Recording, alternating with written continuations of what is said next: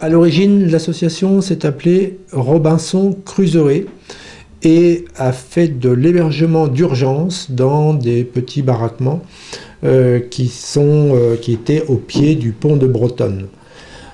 Quelques années après, l'association a changé ses objectifs en les orientant plus sur l'insertion professionnelle et donc a commencé à créer ses premiers chantiers d'insertion. Par la suite, l'association a créé une association intermédiaire pour pouvoir travailler auprès de particuliers et toujours dans l'objectif de donner du travail à des personnes, à des demandeurs d'emploi en recherche d'activité.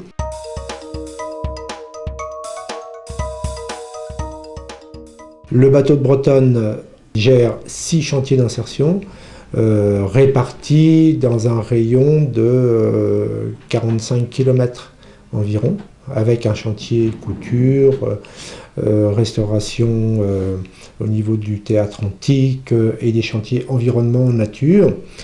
L'ensemble des postes proposés sur les chantiers est de 88 places en CDDI, contrat à durée déterminée d'insertion, avec une équipe de 6 permanents salariés encadrants techniques et de 3 conseillers en insertion professionnelle qui se partagent l'accompagnement sur ces 6 chantiers. Nous sommes 16 salariés. Les brigades vertes sont chargées de travailler pour les communes. Les Comcom, nous réalisons les divers travaux qu'on nous confie, par exemple dans toutes les communes, soit l'élagage, soit le débroussaillage, l'aménagement des routes, et ça c'est important. La sécurité pour la SNCF, on travaille aussi énormément pour la SNCF depuis plus d'1 an et demi, pour refaire tout ce qui est élagage, débroussaillage de PN, donc ce qu'on appelle les ponts, les passages à niveau. Tous les passages à niveau sont débroussaillés par le bateau de Bretonne. J'encadre 14 salariés. Notre activité, c'est l'entretien d'espaces naturels. On peut être appelé par l'ONF pour nettoyer la forêt avec des déchets qui n'ont pas leur place d'être là. Et il y a aussi toutes les communes qui nous appellent pour diverses activités. Ça, entretien de chemin de randonnée, ça peut être remettre, comme par exemple le terrain de foot, la haie du terrain de foot. On est là pour soutenir un peu les activités d'un cantonnier qui est toute seule. Il y a 16 salariés sur le chantier à Bicêtre. L'atelier, vraiment, est le repassage actuellement et la couture. C'est le repassage auprès des entreprises qui nous apporte une clientèle, un roulement qui nous permet vraiment d'avoir une activité du repassage. On a toujours de la couture, on a toujours des retouches et on s'aperçoit même qu'en faisant le repassage des personnes, comme c'est indiqué qu'on fait de la retouche, on a des retombées automatiquement en couture. J'ai 12 salariés avec moi. Au théâtre antique, nous faisons l'entretien espace vert. Nous réhabilitons des murs. Nous désherbons également des murs. Nous sommes en train de rénover en ce moment un bâtiment nommé Lapidaire. Il y a un contrat très riche avec l'archéologue qui raconte l'histoire du théâtre et également son assistant. Dès lors qu'on touche aux fouilles avec l'archéologue, il faut être minutieux. On se sert d'une truelle archéologique, du pinceau, des balayettes, enfin, etc. C'est un travail très minutieux. La fonction principale de cette équipe est de pouvoir faire de l'entretien dans les espaces verts, avec les collectivités surtout. Aussi bien nettoyage, débroussaillage, élagage, nettoyage de massifs, tout est annexe en entretien global d'un espace vert. J'encadre 15 salariés, 14 hommes et une femme, d'accord. Et Je travaille avec donneurs d'ouvrage, donc la plupart de nos donneurs d'ouvrage sont les communes, les collectivités locales et des associations aussi, voilà.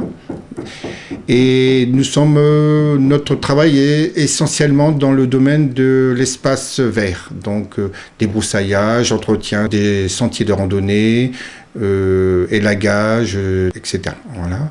Nous faisons un peu aussi de tonte, voilà. Et nous sommes amenés aussi, ça nous arrive parfois de faire aussi de la petite maçonnerie, très basique, des petits murs à remettre en état. Nous avons en annexe un chantier maraîchage. Nous avons à peu près 2500 à 3000 m² de surface maraîchère.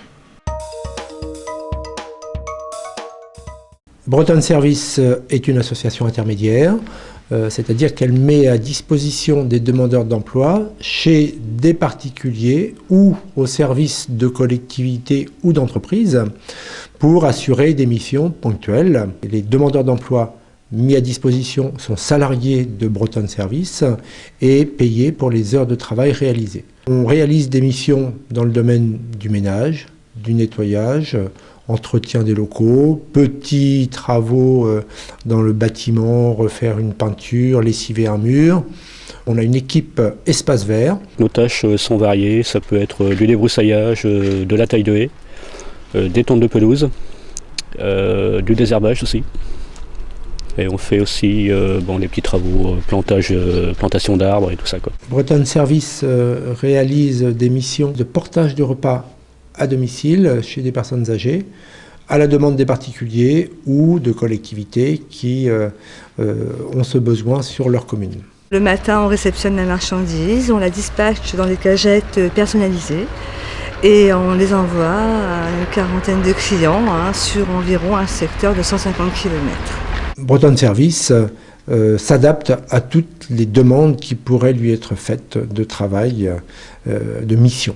Donc il ne faut pas hésiter à demander, c'est sa capacité à s'adapter aux besoins du client qui est son point fort. La particularité sur les chantiers, c'est de proposer un accompagnement socio-professionnel. D'une part, lever les freins à l'insertion professionnelle, par exemple des difficultés de santé, des difficultés financières, des difficultés de mobilité.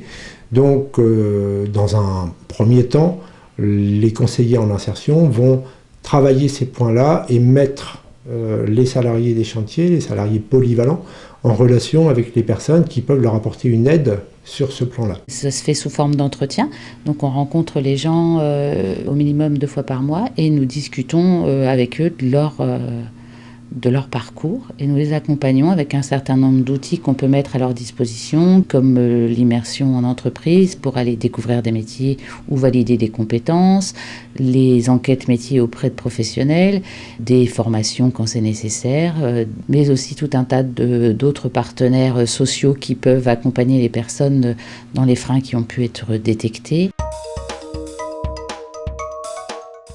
Donc la coopération entre l'ONF et le bateau de Bretonne a débuté il y a de nombreuses années.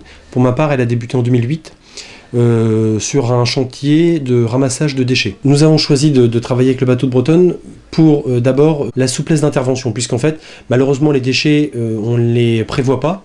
Et ils arrivent, ils surviennent sur les parkings un petit peu sans qu'on s'y attende. Et donc là, la souplesse d'intervention, j'appelle l'équipe du bateau de Bretonne et systématiquement, les déchets sont rapidement ramassés, puisque là, ce qui prime dans l'efficacité, c'est rapidement enlever les déchets d'un parking pour éviter que de nouveaux dépôts viennent se faire, puisque malheureusement, la saleté attire la saleté. Aujourd'hui, je peux dire que nous avons de réelles compétences sur les chantiers d'insertion et qu'il est important de montrer aux collectivités ou aux particuliers que nous avons du savoir-faire. Ce savoir-faire a un coût, mais c'est un moyen de valoriser le travail et les compétences de nos salariés.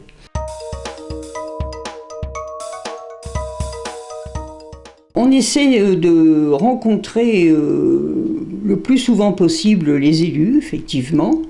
Et dans la démarche qualité, il y a une réunion que l'on appelle le comité consultatif, qui permet de réunir tous les élus qui sont invités, effectivement, pour essayer de définir un peu ce qu'ils pourraient nous apporter et les idées qu'ils peuvent éventuellement nous soumettre. L'intérêt de ce comité consultatif, c'était aussi de pouvoir échanger entre les besoins de l'association, des deux associations Bateaux de Bretonne et Bretonne Service, mais aussi les besoins des communes.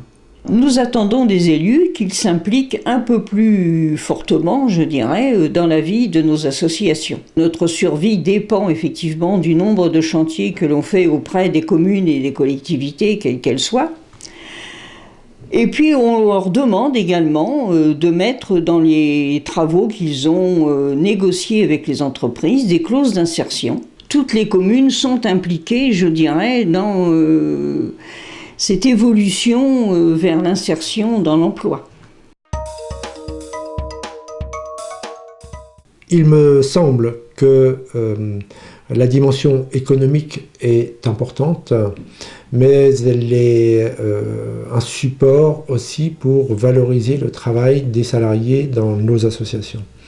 Donc je pense que les collectivités, les institutions, que ce soit le département, l'État, Pôle emploi, ont besoin de nos chantiers d'insertion et de l'activité de mise à disposition. Nous sommes partenaires et je crois qu'ensemble, nous pouvons éviter que certaines personnes restent un peu sur le bord de la route. Je crois qu'aujourd'hui, redonner une dignité aux personnes par une activité est plus que jamais important.